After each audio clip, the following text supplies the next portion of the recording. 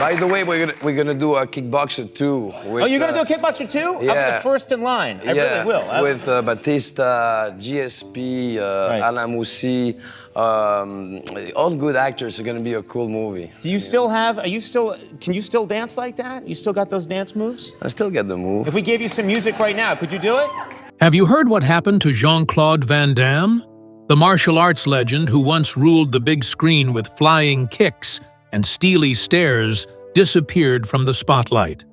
But his real battle was happening off-camera. From addiction and mental health struggles to a stunning comeback and spiritual awakening, Van Damme's life has been nothing short of a roller coaster. He's faced fame, failure, and found redemption in the most unexpected ways. This isn't just the story of a fallen action hero, it's the fight of a lifetime. And the man once known as the Muscles from Brussels isn't done yet. From Brussels to black belt, Jean-Claude Van Damme wasn't always the Muscles from Brussels.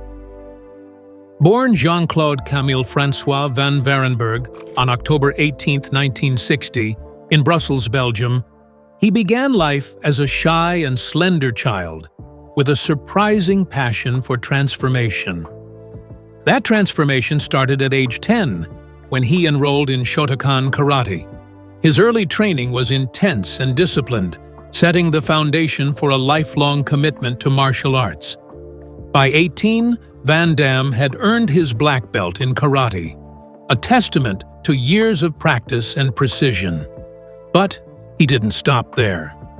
He expanded his repertoire to include ballet, a decision many mocked at the time, but one that he credits for giving him unmatched flexibility and grace.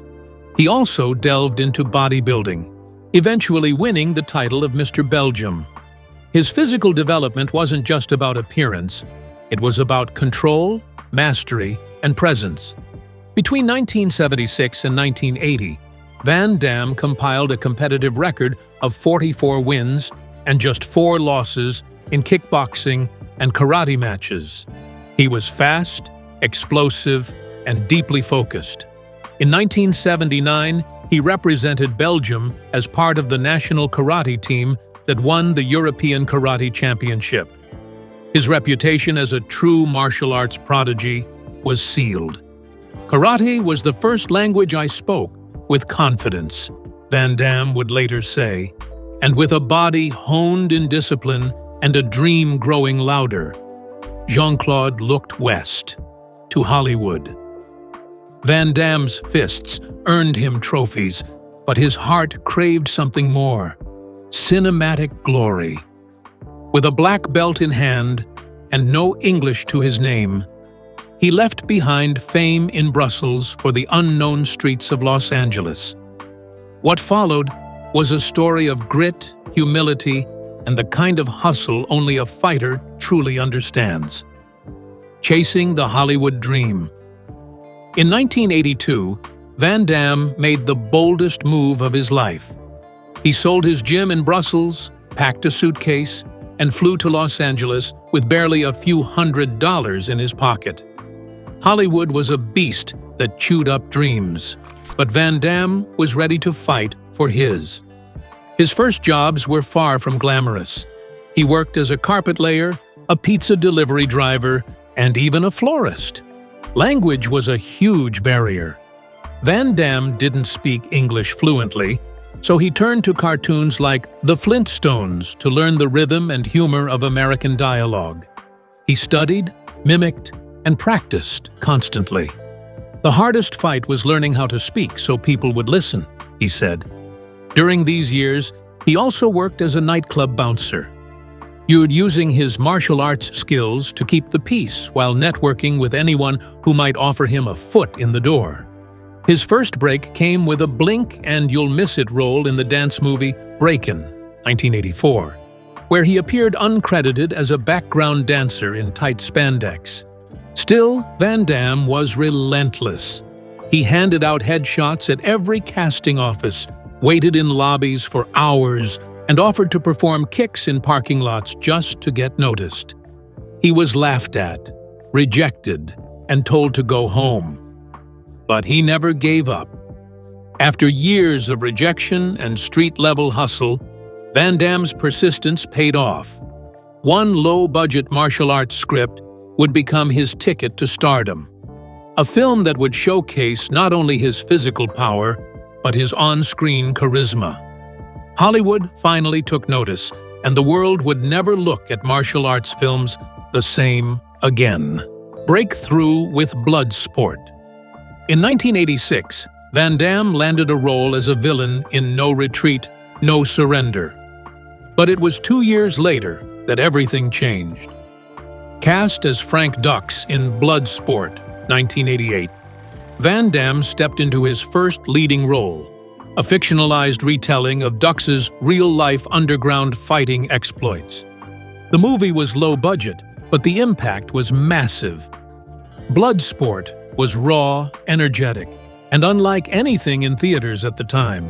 Van Damme's acrobatic fighting style, graceful movements, and piercing stare made him instantly iconic. The film, shot for just $1.5 million, grossed over $50 million worldwide. It was a surprise hit, and it turned Van Damme into a household name almost overnight. More than just his physique or flexibility, what made Van Damme a star was his presence. He had a vulnerability beneath the bravado, a charm that made him both dangerous and likable. Fans saw a real fighter, not just in the ring, but in life. Bloodsport wasn't just a movie. It was a launchpad. Van Damme proved he could carry a film and sell tickets. Hollywood suddenly wanted more of him. Scripts rolled in. He had arrived, and the martial arts movie landscape had a new face. Bloodsport opened the doors, but Van Damme kicked them down. With audiences hungry for more, he quickly moved from rising star to box office mainstay.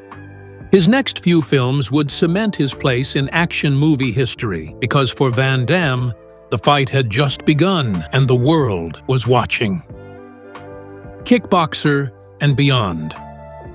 If Bloodsport made him a star, Kickboxer made him a legend. In 1989, Jean-Claude Van Damme stepped into the role of Kurt Sloan, a fighter avenging his brother's crippling injury in a brutal Muay Thai tournament. The film wasn't just another martial arts flick. It was personal, emotional, and deeply physical.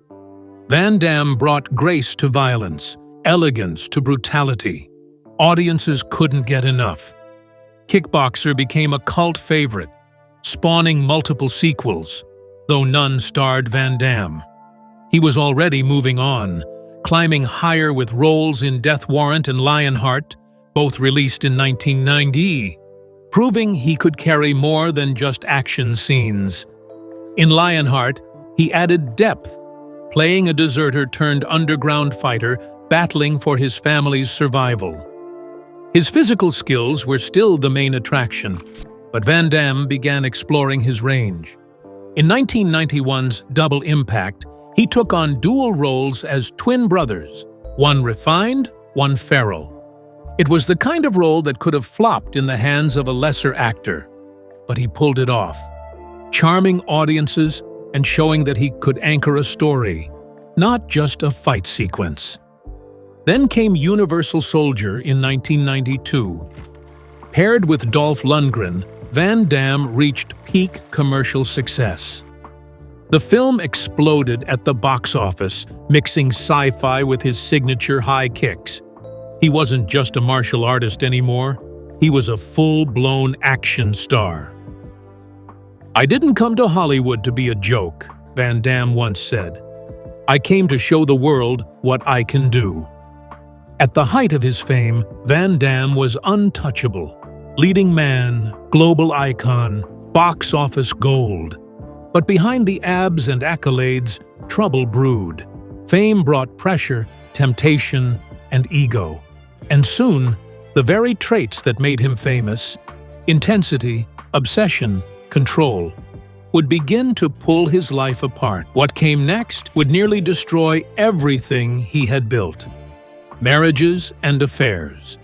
Behind the camera, Van Damme's life was spinning. He had married 5 times, twice to the same woman, bodybuilder Gladys Portugues.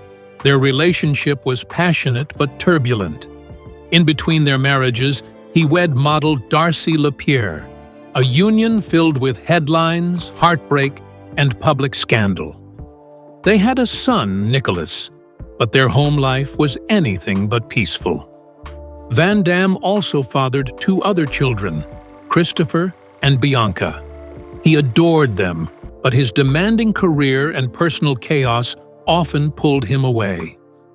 "I wasn't the father I wanted to be," he admitted years later.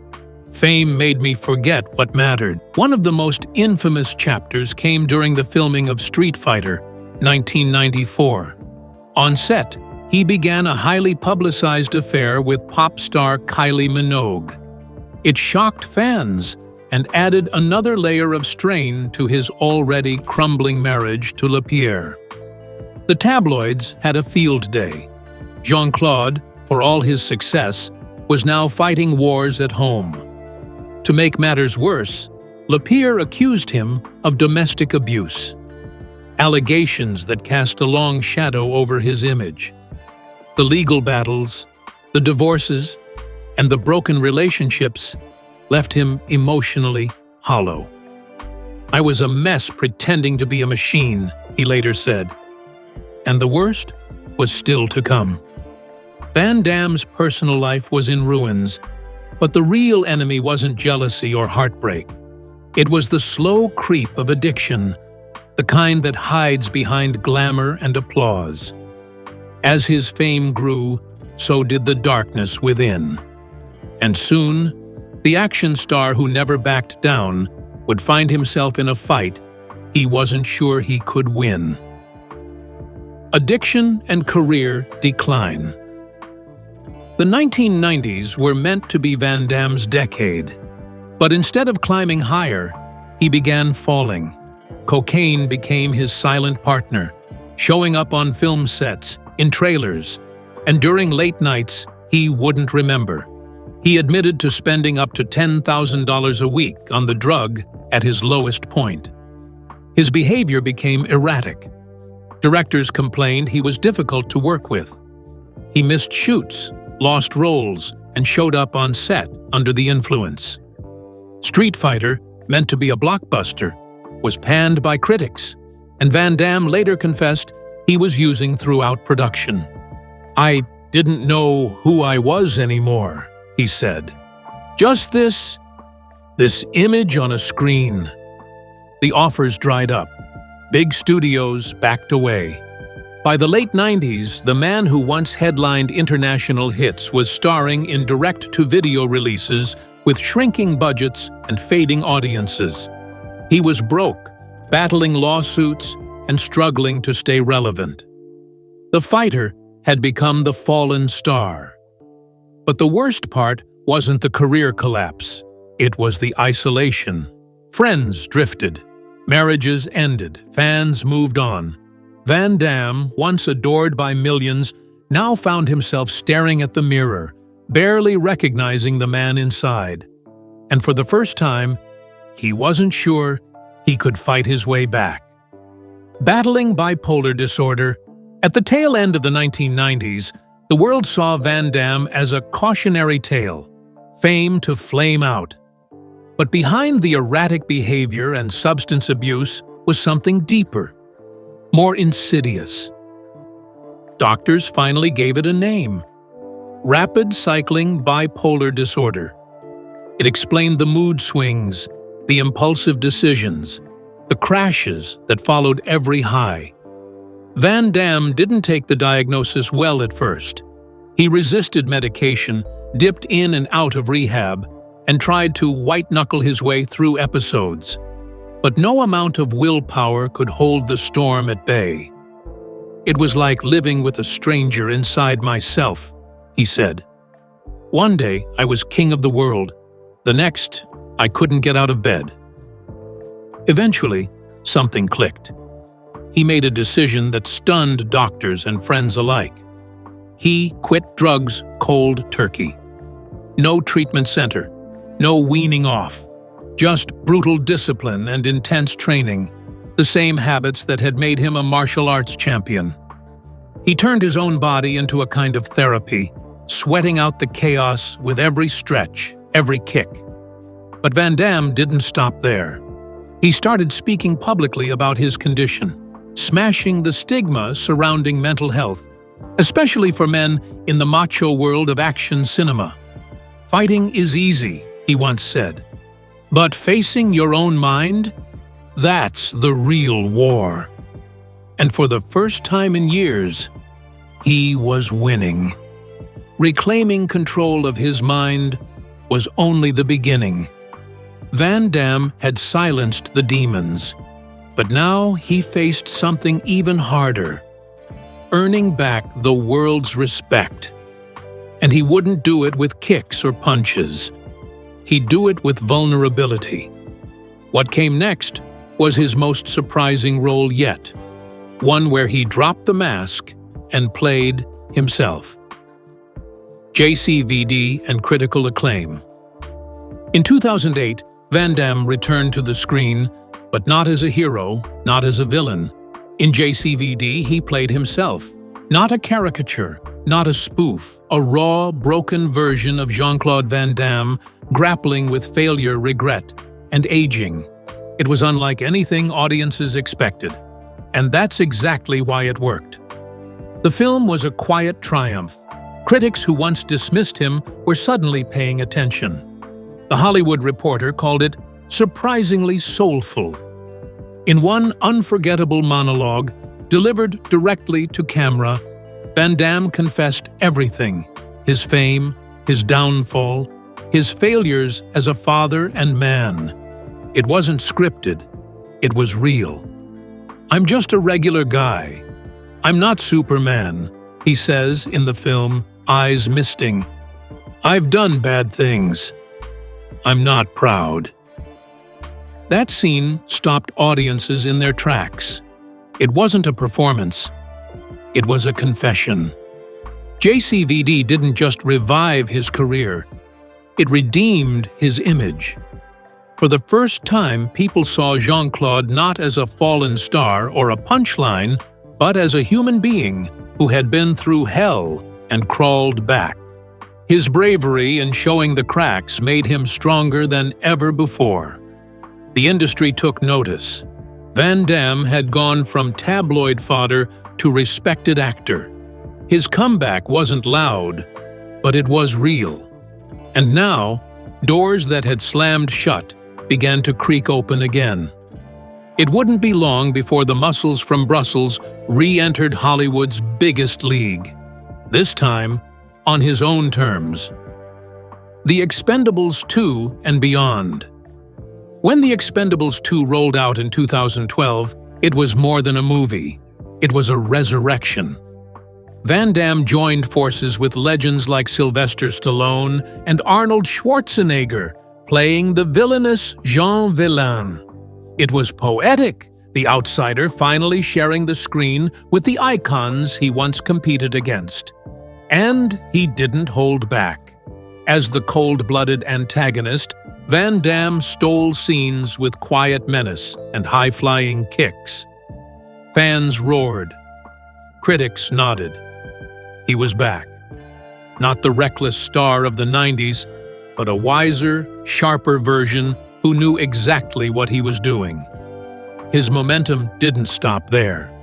He branched into comedy, surprising audiences with his self-awareness and charm. He took roles in smaller indie films, lent his voice to animated hits like Kung Fu Panda 2, and even began engaging younger fans online. Jean-Claude Van Damme had become a brand again, only this time with depth. "People think you only get one chance," he said in an interview. "I've had 3, maybe 4. I'm lucky, but I worked for every single one."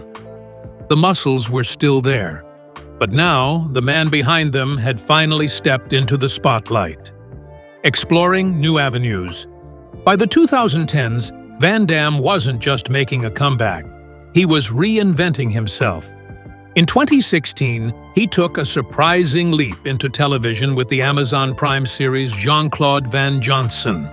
The show was a meta-comedy, part spy thriller, part parody, with Van Damme playing a fictional version of himself, a washed-up action hero moonlighting as a secret agent.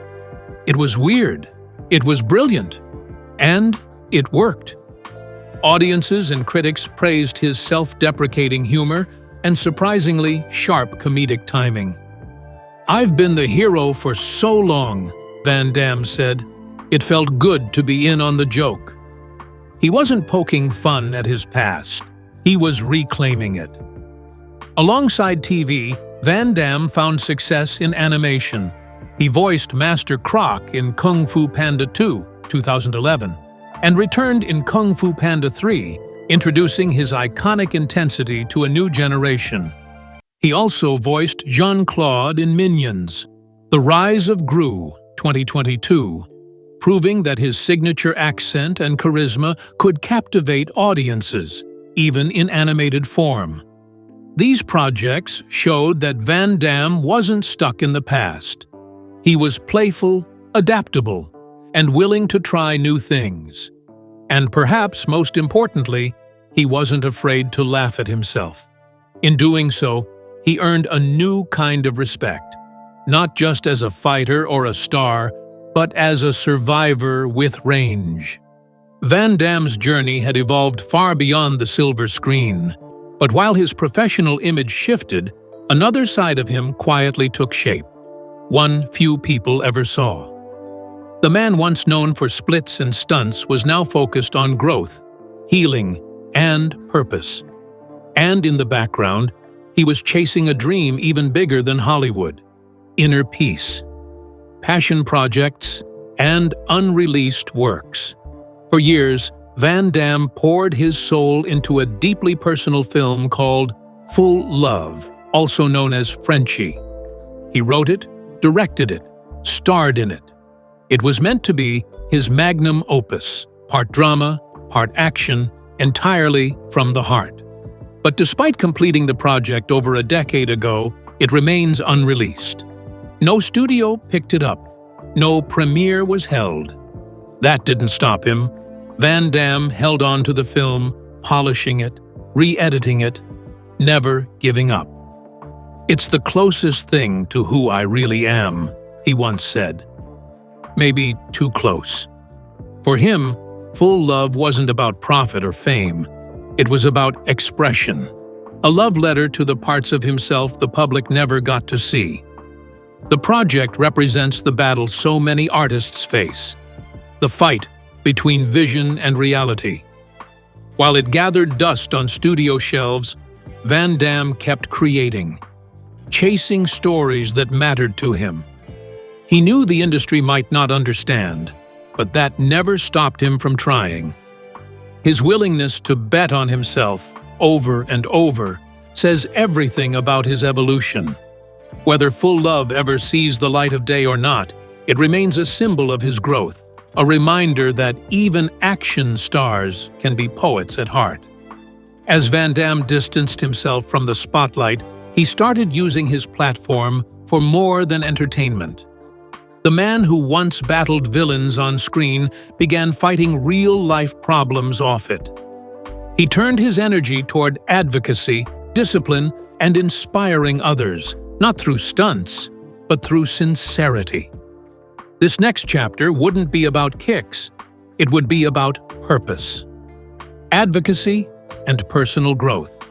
With the cameras rolling less often, Van Damme turned inward and outward. He became a vocal advocate for animal rights, working with groups to stop illegal poaching and raise awareness for endangered species. "Animals don't have a voice," he said, "but I do. So I'll use it." His social media became a platform not for promotion, but for education. He also championed mental health awareness, especially in men. He spoke openly about his bipolar diagnosis, urging others to seek help and drop the shame. In a world that often confuses strength with silence, Van Damme used his own story to show that true strength is vulnerability. Personally, he focused on structure, maintaining a grueling fitness routine, eating clean, and meditating. Physical discipline became spiritual grounding. "I train not to fight others," he said, "but to calm the war inside." The once volatile action hero was now an image of controlled intensity, and he inspired others. Fans around the world messaged him with their stories of addiction, anxiety, self-doubt, and Van Damme responded, not as a star, as a man who had been there too. His journey became less about action, more about impact, and in that, he found something Hollywood could never give him: peace. Through advocacy and self-reflection, Van Damme had rewritten his story. But even as he looked forward, the world couldn't help but look back. His moves, his films, his legacy, they still echoed through pop culture. And while he may never return to the heights of the 90s, what he built was even greater: a lasting influence on action cinema. Legacy and influence. They called him the Muscles from Brussels, and the nickname stuck, not just because of his physique, but because of his presence. Jean-Claude Van Damme brought martial arts to Hollywood in a way no one had before. He wasn't just fast, he was graceful. Every move had rhythm. Every fight scene felt like ballet in battle. He inspired a generation of action stars. From Scott Adkins to Tony Jaa, modern martial artists cite Van Damme as a pioneer. His iconic 360-degree helicopter kick became a trademark, imitated by thousands, perfected by none. The full splits, the stoic stares, the quiet confidence. He wasn't just performing, he was redefining the action hero. His movies may have been light on dialogue, but they spoke volumes in motion. Films like Bloodsport, Kickboxer, and Universal Soldier are now classic staples of the genre. They weren't just entertainment, they were blueprints. Even in pop culture, his influence lives on, from parody sketches to viral memes. But beneath the jokes is a real respect. Van Damme carved out a legacy not by playing someone else, but by being unapologetically himself. "I never fit the mold," he once said, "so I broke it." Jean-Claude Van Damme's journey proves that even legends fall, but it's how they rise again that defines them. Behind the muscles, the splits, and the iconic fight scenes is a man who's faced his own demons, rebuilt his life, and found peace on his own terms. His story isn't just about fame, it's about resilience, honesty, and transformation. From Hollywood's bright lights to its darkest corners, Van Damme has walked through it all and come out stronger. And as he enters this next chapter, one thing is clear. He's more than an action star. He's a survivor with a story worth telling.